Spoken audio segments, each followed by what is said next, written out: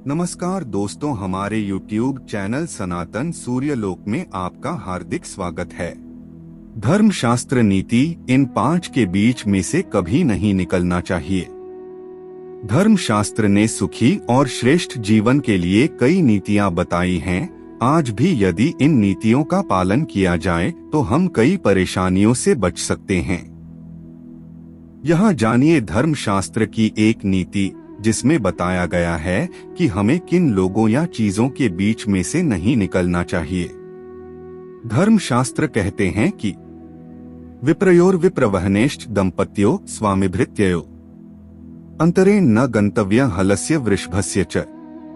इस श्लोक में 5 ऐसे लोग और चीजें बताई हैं जिनके बीच में निकलना नहीं चाहिए। जानिए ये 5 कौन हैं। 1 पति और पत्नी।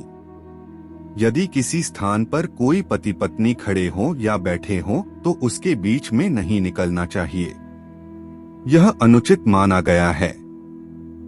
ऐसा करने पर पति पत्नी का एकांत भंग होता है। हो सकता है पति पत्नी घर परिवार की किसी गंभीर समस्या पर चर्चा कर रहे हों या निजी बातचीत कर रहे हों, तो हमारी वजह से उनके निजी पलों में बाधा उत्पन्न हो सकती है। 2 मालिक और नौकर। जब स्वामी और सेवक बातचीत कर रहे हों तो उनके बीच में से भी निकलना नहीं चाहिए। हो सकता है कि स्वामी अपने सेवक को कोई जरूरी काम समझा रहा हो। ऐसे समय पर यदि हम उनके बीच में निकलेंगे तो मालिक और नौकर के बीच संवाद बाधित हो जाएगा। 3 2 ज्ञानी लोग। जब 2 ब्राह्मण या ज्ञानी लोग बात कर रहे हों तो उनके बीच में से निकलना नहीं चाहिए। एक पुरानी कहावत है, ज्ञानी से ज्ञानी मिले करें ज्ञान की बात। यानी जब 2 ज्ञानी लोग मिलते हैं तो वे ज्ञान की बातें ही करते हैं।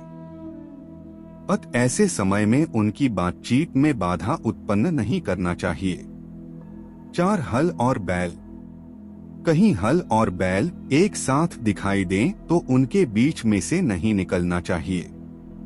यदि इनके बीच में निकलने का प्रयास किया जाएगा तो चोट लग सकती है।